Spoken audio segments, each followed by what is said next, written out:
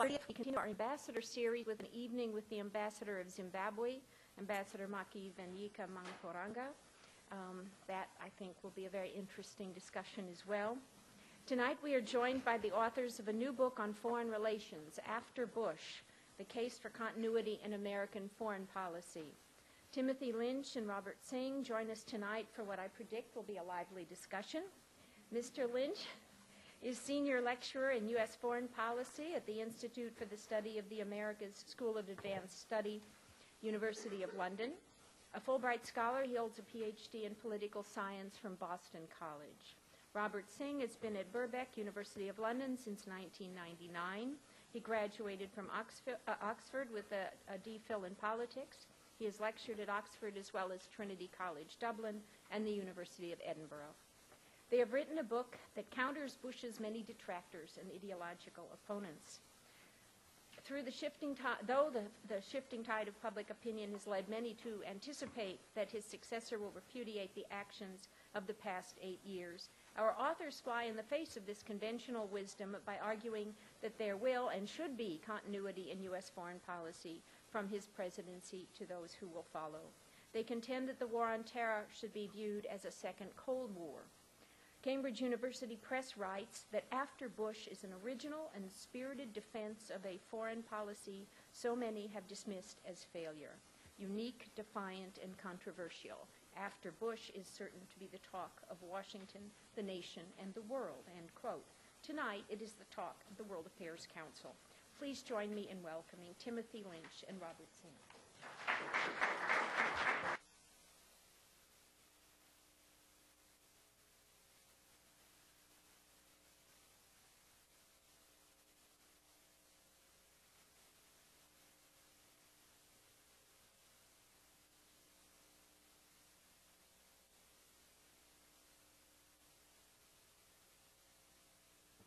Our version of American foreign policy. It's always after an introduction like that I start to look forward to hearing what I'm actually going to say. Our argument is a simple one, and those that don't like both parts of it are more inclined to agree with the first one. The first one seems to us more analytical, that American foreign policy under the next president will continue in the form and shape that it has up to this point. The second one is more contentious, and for those that don't agree with it, just wrong. We argue that not just that it will continue, but that it should continue. That on balance, the foreign policy, and more particularly the national security policy of the current president, is likely to endure because it's worked. I should point out by way of introduction that neither Rob or I are part of a great right-wing conspiracy, although we'd be flattered to be invited to join it. Invite got lost in the mail. Yes. We're scholars, which is neither a way of creating a more solid defence of our position. It's simply by way of pointing out that we see things, we study it, and we write and teach about it.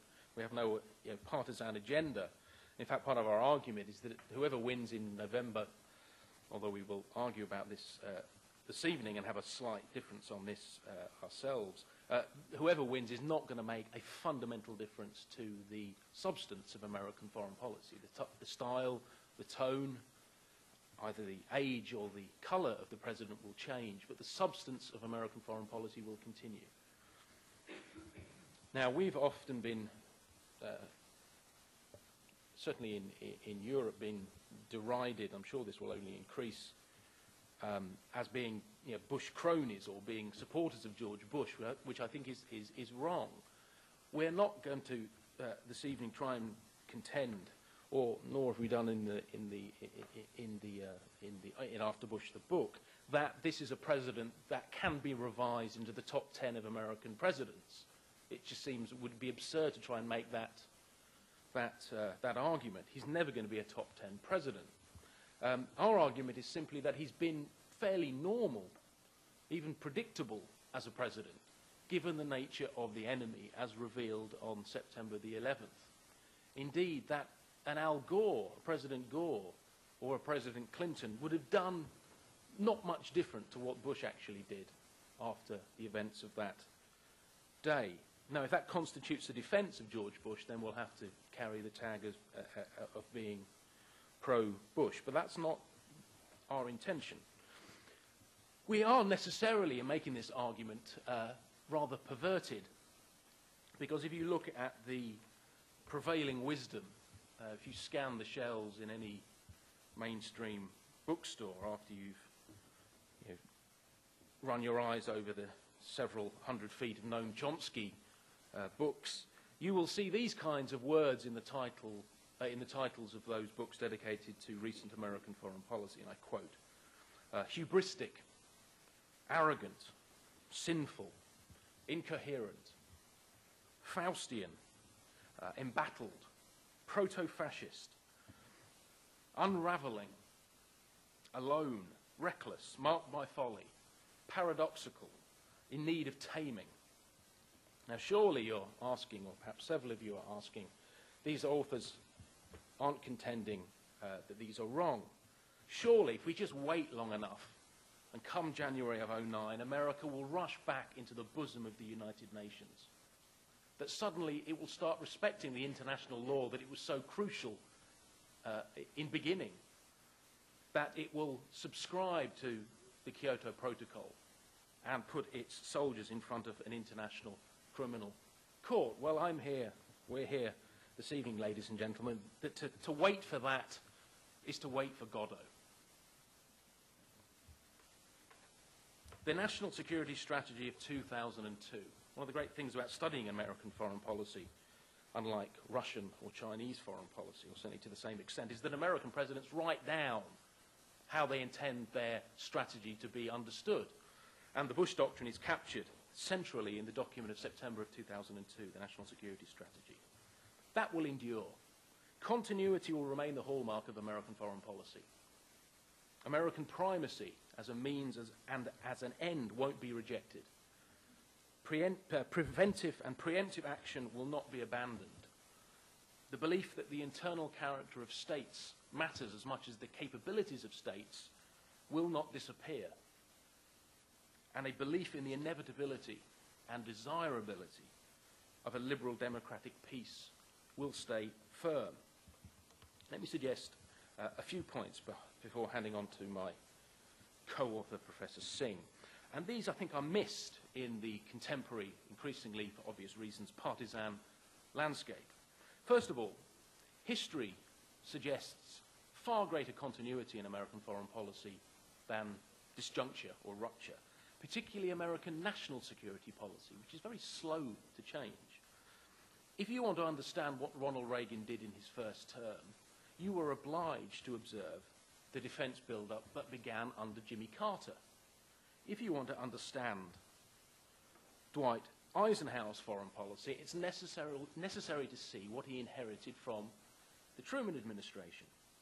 If, and we argue this with some specificity in the book, if you want to understand Bush and Iraq, you must understand Clinton and Gore and Iraq, under whose administration the Iraq Liberation Act was passed, and who, if you include George Bush Sr., were complicit in waging a series of campaigns, military campaigns, against Baghdad. He inherited a situation from his predecessors, but was obliged to view Iraq through a different prism, through the prism of 9/11. But one administration hands on the substance of national security to its successor. And for it not to do so would be the exception rather than the norm. Consider that since the end of the Cold War, America has led at least 9 military interventions overseas. Under 3 presidents of both parties, this is a rate of intervention abroad of about once every 18 months. The likelihood that is going to cease to us does not seem apparent, given the prior history. Indeed, if you look at the record of Democratic presidents, they have a far more marked belligerence when it comes to foreign policy than their Republican counterparts. If anything, you were saved from a more activist, indeed reckless foreign policy, by the humility of the vision George Bush ran on in 2000 as a Republican.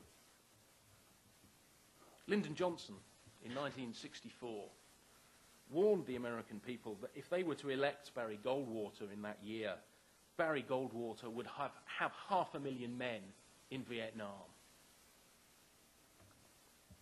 America has a long and steady history of waging bloody war against those that attack it, whether they be states or some version of a sub-state actor, and then integrating that foe back into an American-led, institutionalized, liberal democratic world order. If you consider the fate of Germany or Japan, they were to suffer not annihilation, but martial plan rather than martial law. America is always fighting wars. It's basic to your public policy not to have declared a war in response to the attacker on 9/11. Again, would have been the exception. Consider that America has fought wars on trusts, on poverty, on drugs, on banks. Perhaps see a new war on banks shortly, but a war on banks was declared under President Jackson in the 1930s. A war on terror seemed almost predictable given the events of 9/11, rather than an aberration. Ronald Reagan once quipped that the Democrats declared a war on poverty, but that poverty won. But again, this speaks to the notion that crusades, war, not simply as rhetoric, but as an institutionalized response, are basic and regularized phenomena in American public policy. The second point I'd like to suggest is that, and I'll do so briefly, the consensus on the war on terror is much wider and much deeper than the partisan debate would have us believe. We are in a situation far more akin to the early Cold War period, and the obvious analogue would be 1952. At the beginning of a long campaign, the ultimate victory several decades away, but with a consensus that there was a threat that needed countering. The containment of Soviet communism was a basic overriding objective, which if you tried to trump, you got found out as a president. Richard Nixon, Jimmy Carter tried a different approach to the Soviet Union, and their foreign policy was compromised thereby. As in 1952, America finds itself mired in a foreign war, a long way from home, the strategic efficacy of which is questioned. Korea is very like Iraq in that respect. But Korea and Iraq are differences of tactics, not of strategy. They cause dissensus within the American political system because they're seen as negations of what's accepted to be a wider strategy. Obama does not want withdrawal from Iraq because he's some ideological peacenik pacifist Democrat. He wants out of Iraq so he can refocus the strategy. He wants to correct the tactical misstep. Well, that suggests the war on terror commands a consensus which the media ignores or fails to understand. A third point. Consider America's friends. America's friends are everywhere.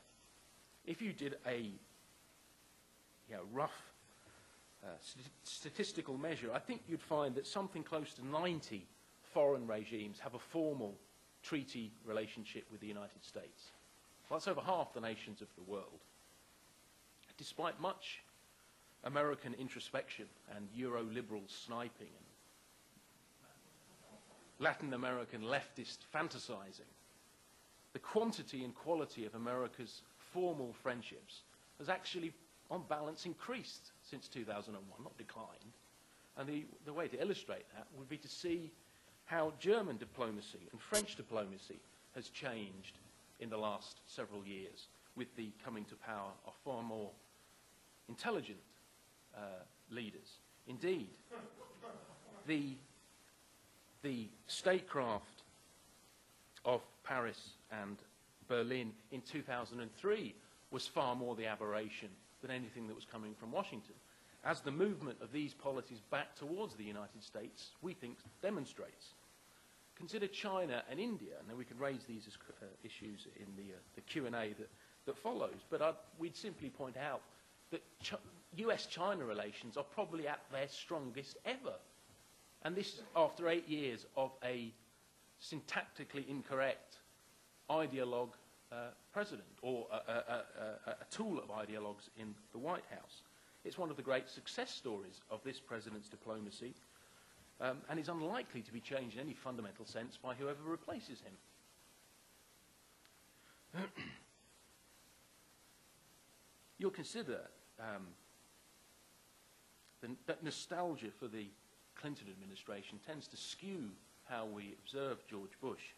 Bill Clinton waged a very controversial war in 1999 in Kosovo to save an ostensibly ethnic Muslim population from genocide by Serbia, and he did so without a UN Security Council resolution. Well, it was a strategy that George Bush ran with in Iraq in 2003 and liberated another Muslim nation. Friends, we've dealt with foes. Consider America's foes. Count them. You can count them on, you can count them on one hand. Cuba, Iran, France, North Korea, Syria, and Venezuela. 5. Now, with the exception of the last one, Venezuela, these 4 were enemies of the United States before the toxic Texan came to the White House. They will remain enemies of the United States, whoever replaces George Bush in January of next year. Realists, academic realists, have long predicted that America would face balancing coalitions against it. Where are these balancing coalitions? At the end of the Cold War, they didn't materialize. Everybody liberated from Soviet communism rushed towards the American imperium. We've seen no significant increase in the defense spending of the nations that are touted as potential balancers of American power. I mean, this has reached the level of absurdity in some circles. If you consider a book was written about, called The Axis of Hope, and this axis of hope was made up of Cuba, Venezuela, and Bolivia. Now, if this is the best that America's opponents can do, well, I think it speaks to the rather tenuous claim that America has engendered significant formal balancing coalitions against it. Given this, and we argue in the book, America is likely to be more ambitious, not less. Imagine a president that will have this magic thing called legitimacy, which is very poorly defined, and the economic and military dominance that George Bush has enjoyed. Well, we think you're likely to see a more active, belligerent foreign policy rather than one which is less. Anti-Americanism. One of the great features, and it keeps liberals awake long into the night, or so they let us believe, America is unpopular and this is a bad thing. Well, look, ladies and gentlemen, I'm America's biggest fan. I'm not happy that more of the world seems not to like America as a consequence of George Bush. And I'm not disputing that this can have practical effects. I am disputing what substantive consequences this actually spells for American power in the world. Consider that through the 1990s, America waged a series of wars on behalf of Muslim or ethnic Muslim populations in Kuwait in 1991, in Bosnia in the middle 90s, in Kosovo in 1999. Kosovo is a quasi-Muslim state in southeast Europe as a consequence of American military intervention. It did all these things, and what was its payback? Well, I put to you, its payback was not the appeasement or the approbation of jihadists, it was the plotting and planning of 9/11. Now, if America can fight wars on the behalf of jihadist interests, and if you go to the Balkans, it seems very clear that's the case, and they will still bear you ill will. They'll still plot to bring your buildings down, then it does call into question exactly what public diplomacy or being better liked or better cultural outreach will actually achieve. We contend that this is to patronize the enemy, making the enemy's character entirely contingent on the content of American foreign policy. The enemy is not like that. You may think him crazy, but he is organic, authentic, and has an internally coherent, consistent worldview. Hussein Moussaoui, the former head of Hezbollah, illustrated the futility of Western public diplomacy more bluntly than I or Rob ever could. Quote, "We are not fighting so that you will offer us something. We are fighting to eliminate you." Which leads me to the point I'd like to close on before handing on to Rob. This leads us to conclude that the folly or the follies of engagement are far more problematic than their alternative. America and the West generally has done far worse when it's underestimated a threat than when it's overestimated a threat. Let me quote to you the headline from the New York Times, a newspaper where we feel John McCain's pain because we find it very difficult to get an op-ed into its pages.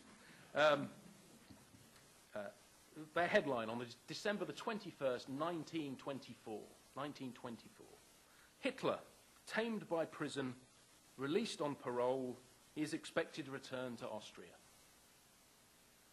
Or the French Prime Minister, trying to deal with the consequences of Hitler's taming in 1936. Leon Blum, he said this, "I am a Marxist and a Jew, but we cannot achieve anything if we treat ideological barriers with Germany as insurmountable." George Bush, in a speech in Israel, made reference to the follies of engagement, which of course is a euphemism for appeasement. When he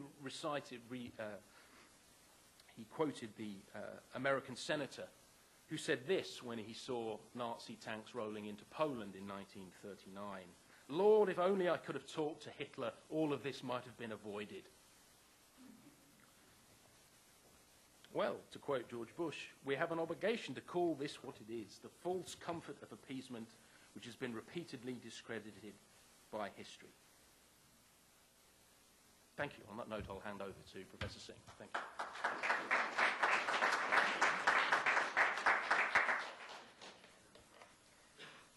As you'll have already gathered, there's a long history of Hollywood casting Englishmen as their villains of choice. And we're here to continue that tradition under the auspice of the World Affairs Council, hence me putting this jacket on this morning and then provoking the storms to come around, so I apologise for that. Tim has laid out the core, if you like, of certain historical, structural factors, some internal to the United States, some central to the more broader international arena, which have tended to make for, in our view, continuity at the heart of American foreign policy, which is not to say that it doesn't change. That would be fatuous to suggest it. But there's a basic continuity in that interplay between idealism and realism, between engagement in the world and withdrawal from it, between a balance of multilateral and unilateral influences on almost any administration, if one looks through history. So the great rejoinder that we've had to counter over the last 5 or 6 weeks, particularly in the UK, and since we've been over in Washington over the last few days, is Senator Barack Obama. The light at the end of the Bush tunnel. This wonderful combination of Socrates, Will Smith, and Bambi.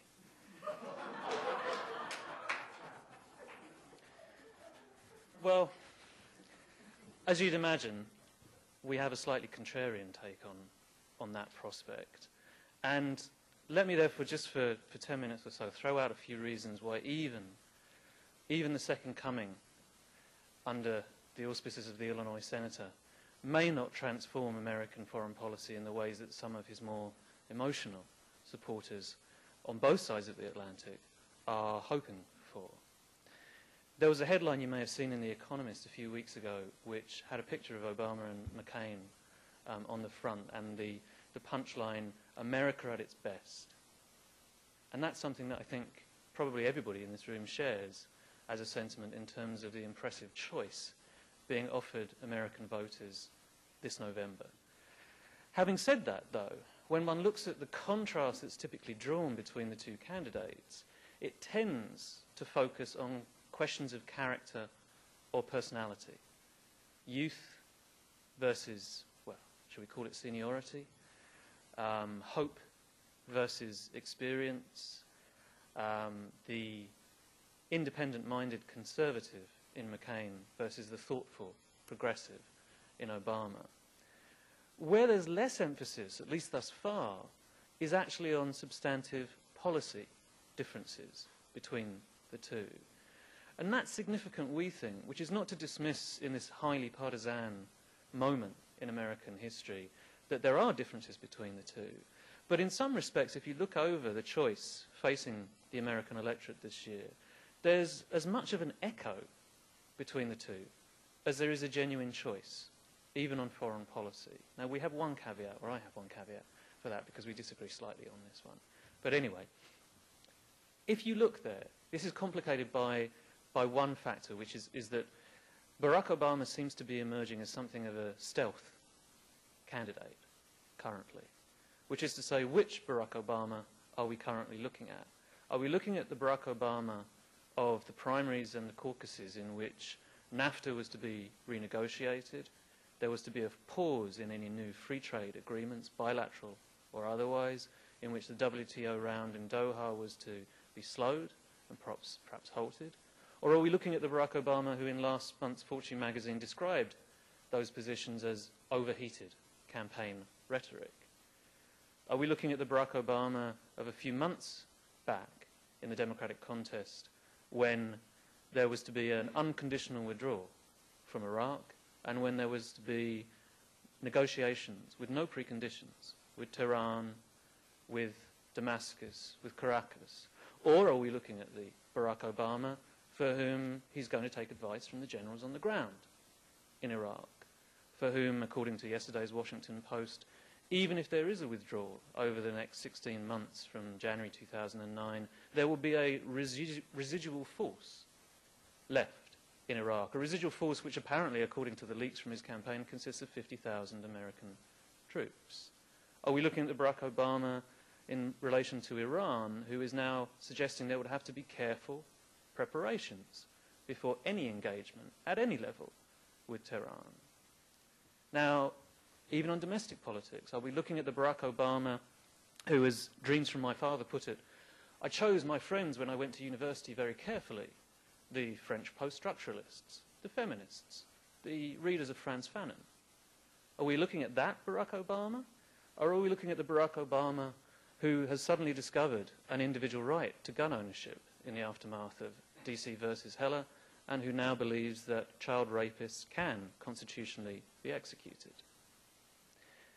It seems, therefore, to us that there is a question mark at the moment in terms of continuity, and that really renders three possibilities in terms of an Obama administration. We don't accept that's inevitable.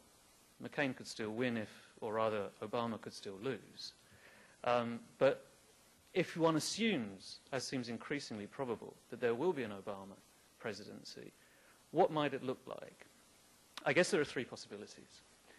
One possibility is that he genuinely subscribes to the liberal voting record which he has amassed, according to National Journal, to the greatest liberal Democrat over the last year in the United States Senate of any member of the United States Senate, which, if backed by a solidly Democratic House and United States Senate, could take America and American foreign policy in genuinely new, although not in our view desirable, directions, particularly when it comes to trade and to protectionist pressures. He could, if that is the case, emerge as the most liberal president that we have seen in a generation, indeed in the modern era. We're fairly sceptical that that's the case, precisely because Barack Obama is not the caricature, in our view, that many of his supporters see him as, but he's something quite different. He is, like John McCain, a professional politician to the core of his being. He is ruthless, he is cynical, he is determined, he is willing to ditch unpopular individuals and unpopular causes in order to get where he wants to be. Now, for us, that's a good thing. We like our politicians, cynical, ruthless, sceptical, and determined, rather than naive, too idealistic, and too unrealistic about their own capabilities and the state of the world. And for that reason, as we're seeing already in terms of his trip to Afghanistan and Iraq and to Europe, it seems to us this is not some soft-headed idealist, but a very cool, careful, and intelligently calculating man, regardless of his inexperience in office. The second possibility, therefore, and it's one which we tended to side with for the most part, is that you will actually get what he professes to be. If you read Fareed Zakaria's position op-ed in the Washington Post yesterday in his increasingly desperate and urgent and obsequious bid to gain a post in an Obama administration, Zakaria, of course, relates that Obama stresses not the great liberal icons of history as his template, but the administration of George H.W. Bush, the most realist, cold-headed administration in terms of foreign policy, one that eschews abstractions, grand theories, pet projects in favour of a cold-hearted look at the American national interest. That is the administration that he claims he has, quote, enormous sympathy for, which may be something that his supporters increasingly may be disappointed by if it's realised in office. Now, there is a legitimate question, therefore, over his judgment, still, in our view. As you know, well, his signature theme in terms of his qualifications on foreign policy is that he opposed the Iraq War in 2002 when he was not in the Senate. Whether he would have opposed it had he been in the Senate, we cannot know. We do know that every other major Democratic Party figure in the Senate who had serious presidential ambitions voted for the war, as did his close campaign associate Tom Daschle. But nonetheless, perhaps more significant than that, is the judgment that he made when he was in the Senate in 2006, which is to say that rather than being this brave, courageous, dissenting, independent, original voice, when it came to the proposals for the surge, he opposed it. He went with the establishment, he went with the conventional wisdom which proved far more conventional than wise. All the time, while there was a lonely voice strongly supporting the surge, namely Senator John McCain. And it is the surge that has brought Iraq to a position not of some kind of Washington or Westminster-style democracy, but a position of relative political stability, a position where al-Qaeda in Iraq has suffered a humiliating defeat, and a position, ironically, which Obama can now exploit to say we can redeploy. But that was his judgment call of consequence when he was actually in the Senate. And it leaves us then with a third possibility, one which we hope won't happen, but we cannot, if we're serious about studying American foreign policy, neglect. And that is that rather than being the liberal Ronald Reagan, over which Andrew Sullivan swoons on a regular basis this year, much to our embarrassment since he's an Englishman originally too, rather than being the liberal Ronald Reagan, there's a possibility that Obama may turn out to be an African-American Jimmy Carter, which is to say, backed by overwhelming majorities in the United States House and Senate, convinced of his own rectitude and his own personal mandate, having never been heard of 4 years previously as a presidential candidate, he may actually take America in ways that it really shouldn't, or maybe doesn't want to go, only because of an international reaction or the 2010 midterms being forced to retreat back the other way.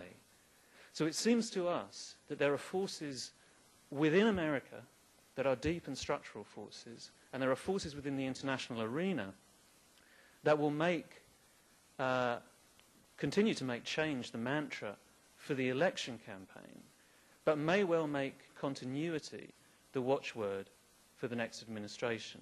Not in every respect. In stylistic, symbolic terms, in terms of personnel, in terms of the return of grammar to the White House. All of those things will change. And there may be changes at the margins in terms of rendition, in terms of the legal status accorded detainees, in terms of efforts over climate change. But at the core of the Bush Doctrine, when you ask, is the world and America safer with American primacy intact rather than a multilateral order?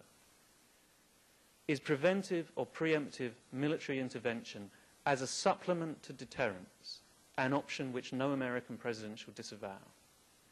Is the United States willing to accord a veto on its national security in the UN Security Council to France, Russia, China, or even the UK? We don't think those are likely to happen. And as such, we have confidence that whether McCain or Obama gets to the White House next year, we are likely to see a much more favourable reception to them than we've seen over recent years to Bush, but not a great deal of substantive change. We could, of course, be wrong. The light at the end of the Bush tunnel could be the headlamp on the oncoming train, but we think not. Thank you.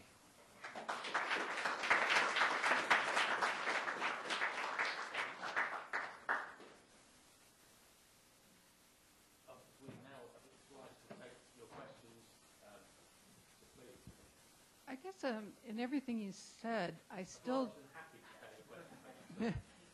don't understand how you how you interpret Bush's invasion of Iraq, because it seems to me that that is a major blunder on his part.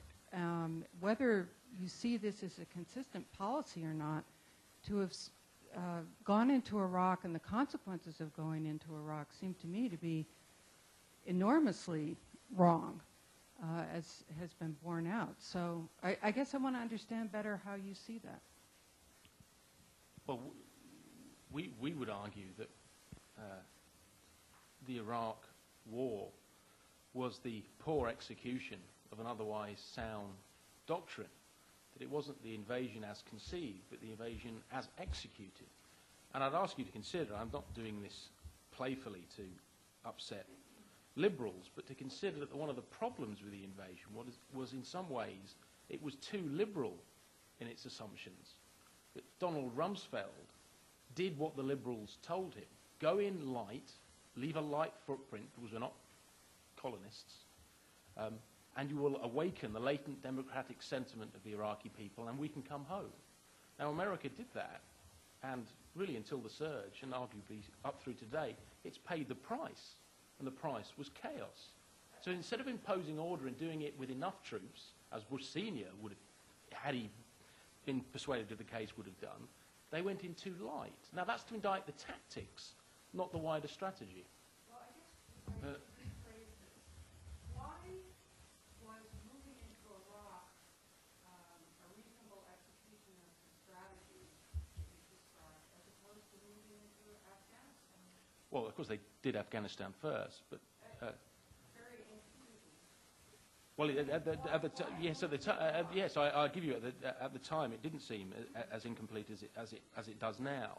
I think it was the rationale for Iraq was captured best by Donald Rumsfeld himself when he testified on the Hill after the invasion, and he said we didn't invade Iraq because of new evidence. We invaded Iraq because of the prism of 9/11. We have viewed the evidence we had, partial and imperfect as it was, through the fear that 9/11 provoked. Now that's to suggest that 9/11 had a transformative effect, but it only had a transformative effect on a strategy already well established, and that strategy was regime change. It speeds up a process which has begun, arguably began on August the 2nd, 1990, when America pledged to remove Saddam from Kuwait, and then picked up pace through the 1990s. So Iraq clouds. You're confusing, I think, if I may say so, Madam, that the tactical misstep in the execution rather than the strategy.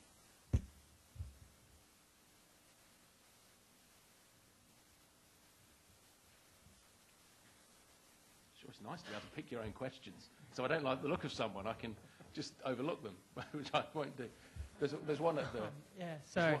Sorry, at the back. Yeah, so I wanted to go back to that a little bit. I would argue that George Bush Sr. and George W. Bush were both facing the same decision into whether to go to Baghdad. But because the difference in the individuals, George W. Bush did go to Baghdad. There was more an individual. The prism of 9/11 wasn't so important because Saddam was a secularist. He was an enemy of Osama bin Laden. So the prism didn't really change much, and that's kind of, I think it more has to do more with the personalities and the individuals in office. At one level, I think we totally are in agreement with you.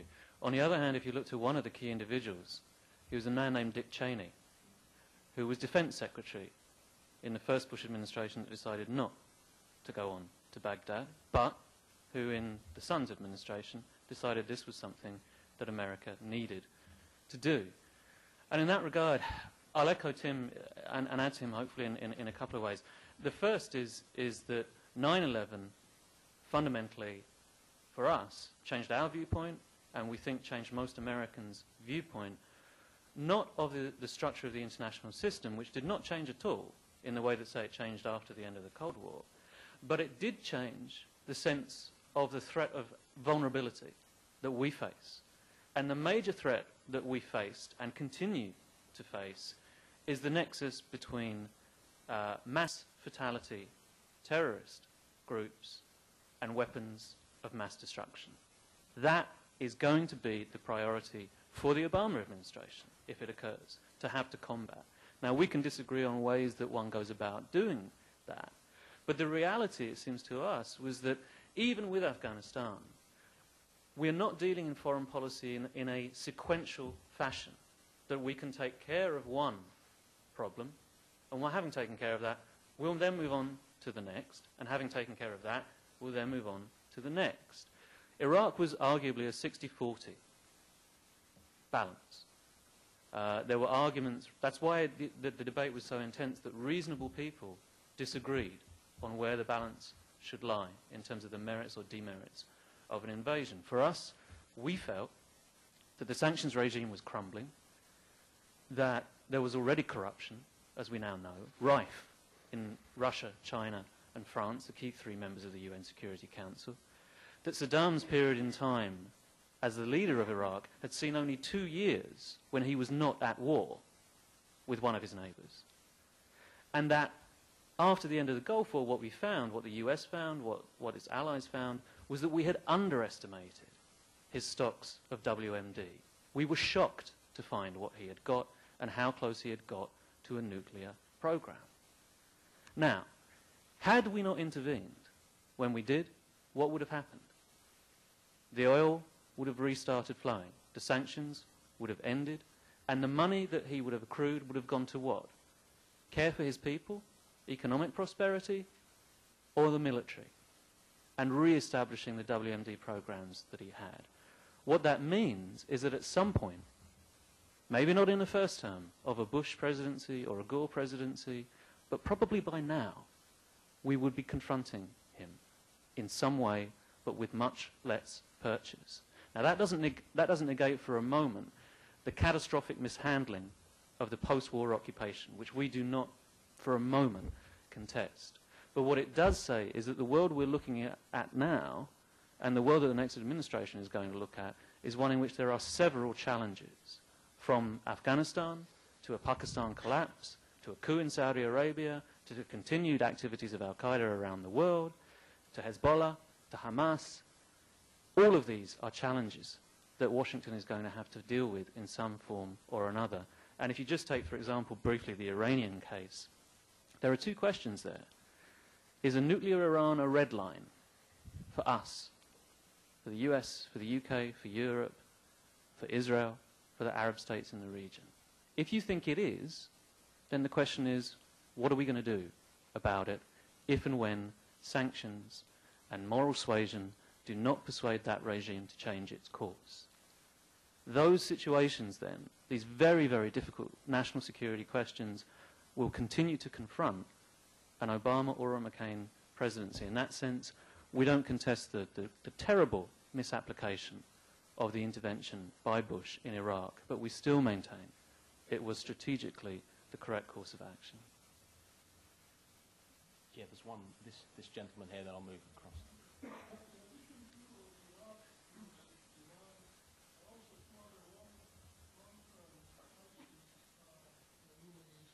Long-standing crisis in the Middle East which keep the region in turmoil, namely the Israeli occupation of the West Bank and the Golan Heights since 1967 war, and the Turkish invasion of northern Cyprus since 1973. How do you see these two issues being addressed in the remaining time of the Bush administration or by the new administration, which could be likely be democratic?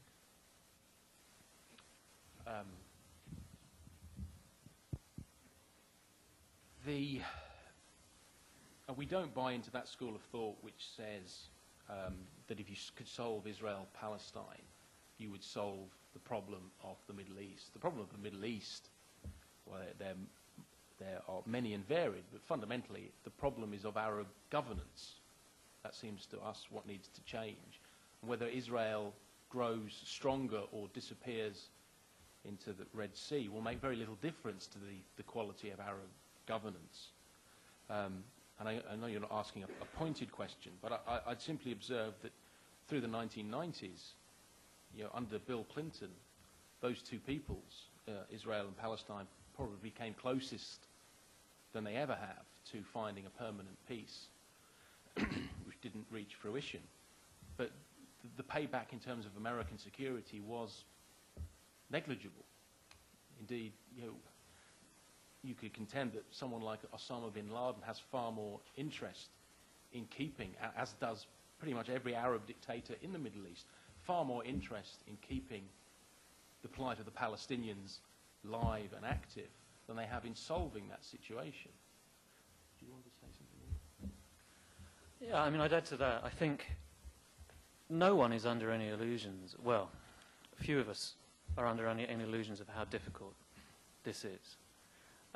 If Bill Clinton, a far more gifted diplomat than Bush, could not achieve a resolution, a lasting resolution, in far more favourable conditions, then it attests to the difficulties of this problem. And the difficulties of the problem will ultimately only be realised, I think, in two ways. One is when the Israelis have a credible Palestinian interlocutor. And that means that somehow either Fatah or some other organisation has to actually become a credible force to be negotiated with. It makes no sense, at least as far as we're concerned, to say that you can somehow meaningfully bring in Hamas into direct negotiations while it remains dedicated to the destruction of Israel. In Europe over the 90s, Austria elected a coalition government of which the major party was Jörg Haider's neo-fascist party. The response of European Union states was to impose sanctions on Austria and not to deal with it, to withdraw their representatives. Jörg Haider's coalition government was not lobbing Katyusha rockets into Switzerland or Lower Germany at the time. So the first step has to be there has to be a credible Palestinian interlocutor, and there has to be an American commitment, once that is there on the ground, that America will facilitate everything it can in conjunction with its allies, in conjunction with the EU, to make that Palestinian state contiguous, viable, and prosperous. But Bush, we think, was correct that those conditions did not obtain for most of his period in office, and until Arafat was gone, you could not actually reach a settlement. And it's worth remembering, too, that this was the first American administration that made Palestinian statehood the US foreign policy objective officially, something which even Clinton didn't dare to do. But there is no magic wand for this. It is a dedicated, lengthy, and enduring process which needs neighbouring governments too to be on side. And again, we go back to the interconnection. Someone was suggesting earlier the point about Saddam being a secularist, who Osama bin Laden and he were enemies. Well, yes, in some senses that's true, but if you look at the Middle East politics, there is a great willingness of otherwise erstwhile enemies, ethnic, religious, tribal, and otherwise, to cooperate on an instrumental basis to defeat shared enemies. And it's on that basis where you need a more sophisticated strategy that pulls Syria away from Iran, that ensures that Arab states are willing to confront, or at least help the US and others confront Iran, so that Iranian pulls on Hamas and Hezbollah in turn recede. Because there is a multiple set of challenges enveloping Israel, Palestine. It's not simply about the two interlocutors themselves. Better. Gil, oh, sorry.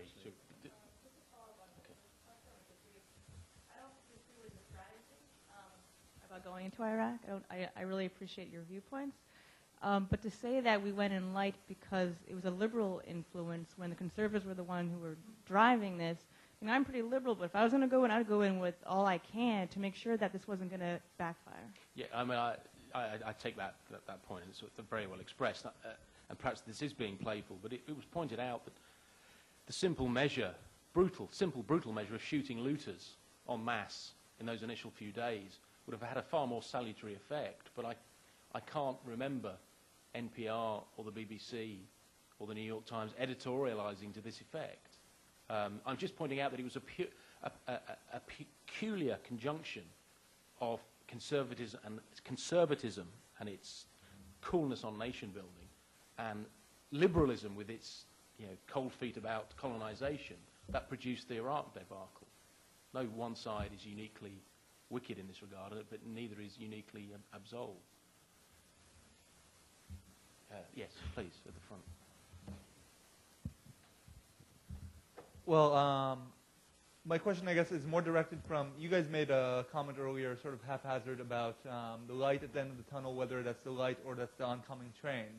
And based on that comment, I sort of have a question to look back historically and then to the future. How would you say that the future foreign policy would deal with, regardless of who's in the White House, and I'm going to try to keep this as nonpartisan as possible, would deal with future leaders of foreign nations that have either a charisma to some and a danger to others, charisma to those who would follow them and danger to others who don't, i.e., the next Hitler, Lenin, Hussein, the next leader that's choosing to put their political agenda, their personal beliefs beyond the good of the man as a whole, as safety of people in general, and putting their needs and their wants and pushing those on there. And I'm not saying that we as, the United States obviously as a somewhat imperialist nation over the last 200 years has done so to a degree, but not to the degree of, at least in recent history, to where our people live in fear of our government. And you addressed national security. You addressed how the national security policy will continue on as it's been going on, which has become more stringent, more apprehensive about the way we act, to where it's now illegal to take a pocket knife on an airplane, things of that nature. We're facing more and more day-to-day changes in our lives to make our lives safer. But that's not really changing how, in foreign policy, how do we stop the next one man, one woman, one leader who chooses to go ahead and, attack us either directly as happened on 9/11 or indirectly as happens on the world stage? How does that future president, that future leader of this nation deal with that? Well, there's a lot in that question, so I'll answer the bits that we'll answer the bits that appeal to us and forget the ones that don't. It's often appeared to us, and it forms an important argument in the book, that the war on terror and its objective is still not understood. And this, I think, goes some way to indict the Bush PR job, because I just don't think the war on terror has been sufficiently explained. The war on terror is not about ending evil or making bad madmen good. It's about denying them the capability to do you harm. It interprets 9/11 not as the most they could do, but as the least they could do. What happens, and if you read any memoirs that have come out, and I think this will be increasingly the case as this administration retires and goes on to write their memoirs, the problem of 9/11 is that it reveals the intent of the enemy, but thank God it reveals their limited capacity. They were able to visit such horror using boarding passes, box cutters. Imagine what they will do with that intent if it's married to a capability. Our response as statesmen and women is not to try and make these bad people good, but it's to go after the states that might give them a state-level capacity and create a nuclear 9/11. That seems, it's a war on capability, the capability of terrorists, more than it's ever a war about making the world happy. At the back, yes. Yeah, to suggest that either the Bush administration hasn't done a very good job explaining the global war on terror, or that the citizens don't understand it, to me seems offensive to the American public. Now, I'm not an acolyte of Sam Huntington, but I do read his writings, and Sam Huntington implied in his book, Clash of Civilization, that in order for the United States to substantiate the enormous military budget in the post-Cold War era, it would have to find a new enemy. And he predicted that the enemy would be the Islamic nations. Now, this is not my quote. I'm quoting someone else. September 11th was manna from heaven for those that embrace that ideology, that there's a new enemy on the horizon. But to suggest that the United States made the right move by going into Iraq seems to betray the whole idea of September 11th, because we were told in very graphic news conferences that we don't want to find out that Saddam has weapons of mass destruction with a mushroom cloud. I mean, Rice made the point, Colin Powell made the point, obviously, at the United Nations, and we've been there for years, and there's no weapons of mass destruction. We found there was no nexus between Saddam and al-Qaeda, but yet we sent 115,000 men initially to Iraq, but only a paltry 10 to 15,000 men to Afghanistan. Now, as the average American, I'll get to the question. Thank you, sir. As the average American, I see the war on terror in Afghanistan, not Iraq. So how can you reconcile, how can you reconcile that we only sent 15,000 men into Afghanistan to find al-Qaeda, but yet we sent 100 and some thousand men into Iraq, which in many could be argued to be over a lie at worst or faulty intelligence at best? Let's deal with that in a few ways. Certainly the last thing we mean to do as respectful foreigners is to patronize or offend any of our American friends here. So if we've done that, our apologies on that. But we do think it's important to recognize, though, that if the American political class was looking for an enemy during the 1990s, they didn't do much of a good job when one was there. Which is to say, America was being attacked at the World Trade Center for the first time in '93. It was being attacked in the Middle East throughout the 1990s, and that was being treated as a matter of criminal justice and law enforcement, not war. Even now, the Pentagon budget, yes, it's gone up in absolute terms, but it's at about 4.1% of GDP, which is about 12% less than at the height of the Cold War. So if the notion that's what's driving this is some kind of military-industrial complex, they ain't getting much bang for their buck at the moment. And indeed, when it comes to questions like Iraq and Iran, one of the problems is that we don't believe the notion that the American people or the British people, because we had the same thing with Blair, were deliberately lied to We believe that the intelligence services got it wrong. Of the UK, of the US, of every major intelligence service around the world which believed that Iraq did have those weapons. And in terms, finally, of the war on terror, it's not just about Afghanistan. We don't quibble, as we said earlier. Personally, we would have sent in a hell of a lot more to Afghanistan, and we would have, if we'd had the capability, have sent a hell of a lot more into Iraq as well. But the fact of the matter is maintained to ensure the safety of your homeland and ours, ultimately. This gentleman here.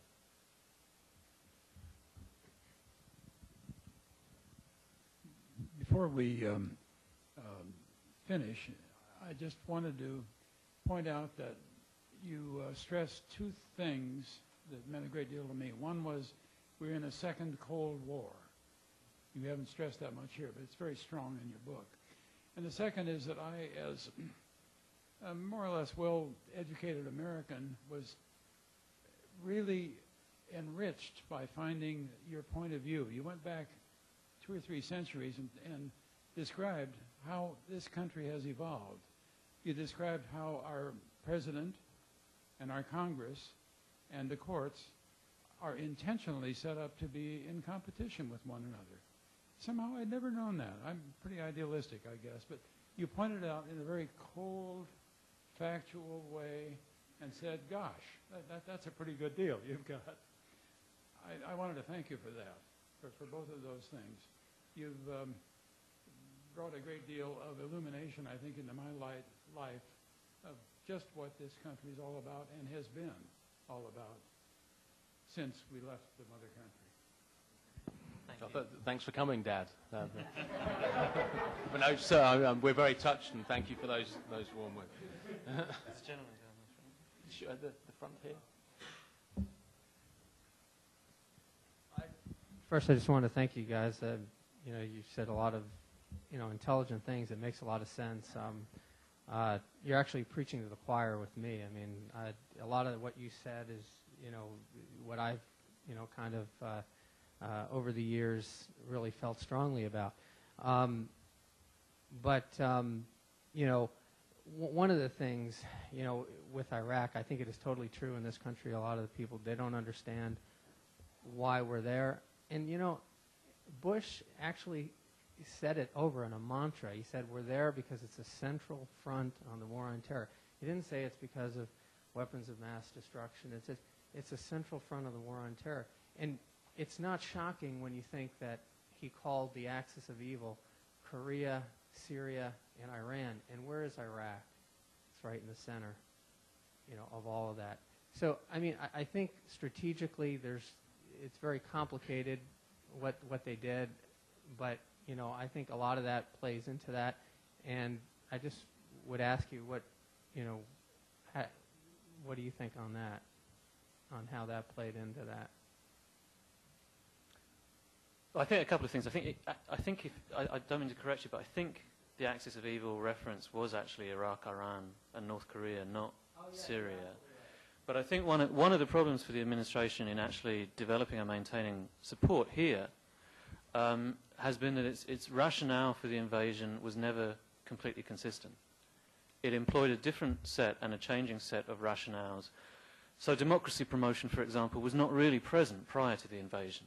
It became an elevated justification or rationale once things started going wrong, once the insurgency began in earnest. Similarly, the central front on the war on terror, I think if you go back, that wasn't a notion that was set front and center in the justification prior to March 2003. But as al-Qaeda operatives and others moved in, it increasingly became a more prominent rationale that the administration used. Now, again, we wouldn't for a moment excuse the bungling that occurred there. But the fact of the matter is, we have to ask ourselves, let's say, had the invasion not happened, what would those, however many thousands of terrorists, jihadists, have been doing otherwise? Would they have not been going to Afghanistan had US forces been there? Would they have been living a quiet, prosperous life at home, taking care of their families and not entertaining visions of the afterlife and eternal paradise?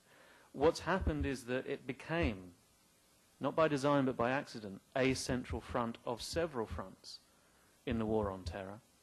And as a result of the surge, al-Qaeda in Iraq has suffered a major defeat. And if you look to the internal fissures in al-Qaeda, the arguments between al-Zarqawi and Zawahiri and bin Laden over whether they should kill Shias as a priority or whether they should actually try to unify Islam, it's been an incredibly divisive and problematic conflict for them. Not by design. Not by design, we hasten to add. But there are plenty of dead terrorists there. And it may be impolite for foreigners to say it in Washington, but the more dead jihadist terrorists, as far as we're concerned, the better. This lady here.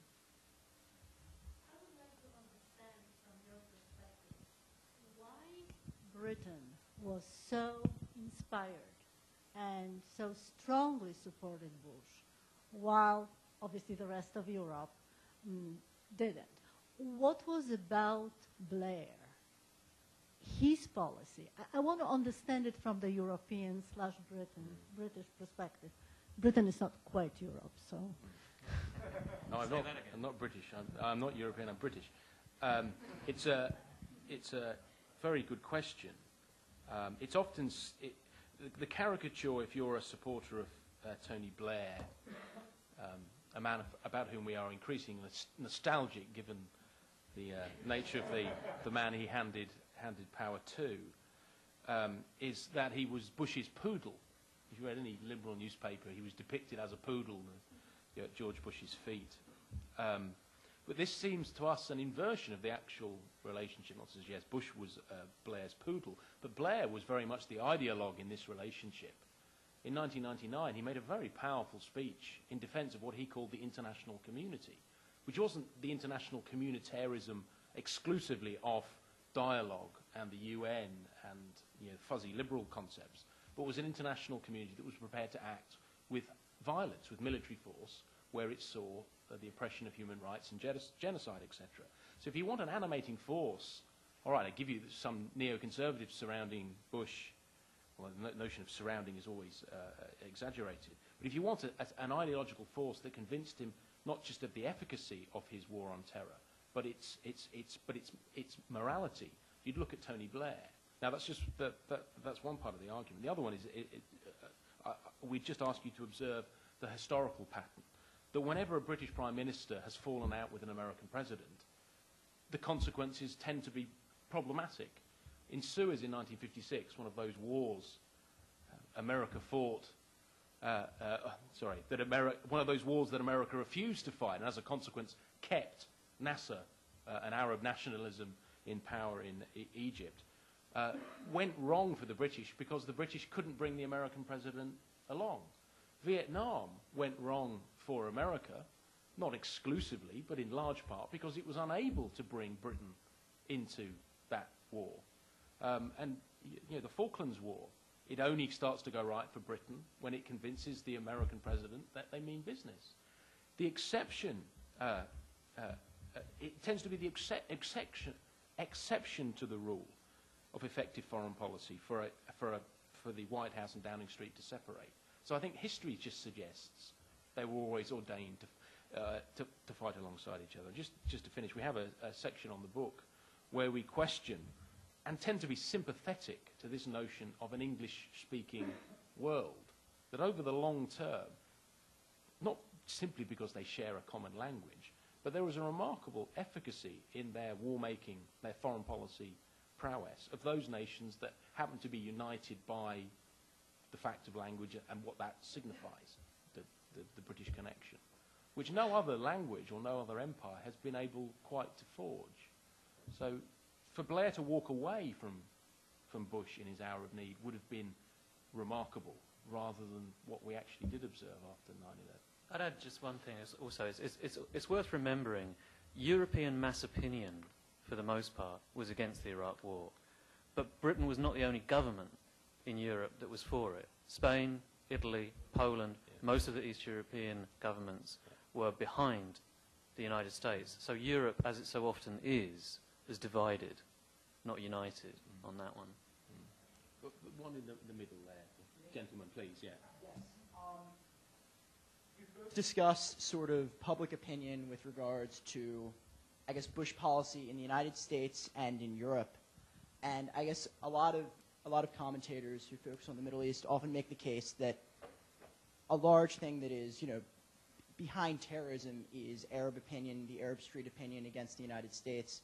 And I guess I was wondering if you could comment on, A, do you believe that the opinion of the Arab Street, A, matters, and B, do you feel that the next administration will change the views of Bush, which is currently right now, I guess, sort of, I would describe it as like a half-hearted public diplomacy sort of effort. Do you think that's going to change, or do you think that's going to continue? Thank you.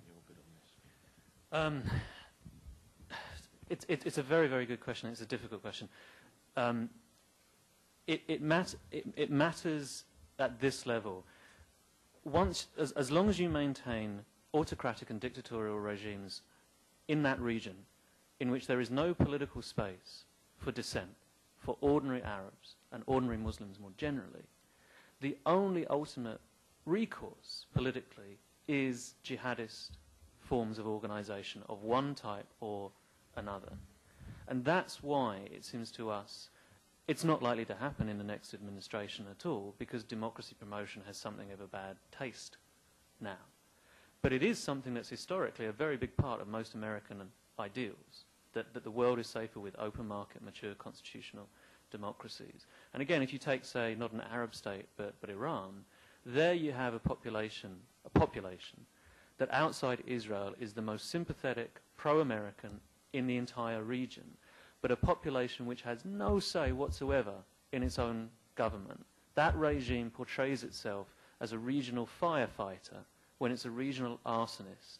And negotiating with that regime, when that regime's continuance in power depends upon oppressing its own people and fomenting violence, is a dilemma that Washington will consistently face. Where we stand, though, is that it's very, very difficult to see, in the absence of some kind of political reformation, some kind of reconciliation between the ability of Arabs and Muslims to enjoy self-government and to reconcile that with the values of Islam, it's very difficult to see how public diplomacy or financial largesse on the part of the West will change the opinion of the Arab street. What can help are things like cultural exchanges, our green cards, our visas, because the operative position of most people in that region currently, and it has been for some years now, is go home, Yankee, and take me with you. One more question. At the back, please. Sorry, we couldn't get Very you. enjoyable. If you're students of American foreign policy traditions and interested in continuity, which is a great thing to be interested in, isn't the aberrant period 2002, 2003, and maybe into 2004, where this overconfidence maybe occurs? I mean, Tim was putting it down to sort of certain liberal attitudes, but I wouldn't want to cast too much of it with the neoconservative view. But if you're a student of the US political system and say, well, what role should the State Department have been playing in the Iraq invasion and occupation? It seems all the evidence, Rix's book, Packer's book, Dorian's book, all seems the State Department wasn't there enough, it was sidelined, that there was a certain overconfidence, there was involvement of people like Shalaby in the Defense Department, in Cheney's office, that this seems to me the more aberrant period in US foreign policy, and maybe since 2004, there is a continuity that you could see going back quite a long time.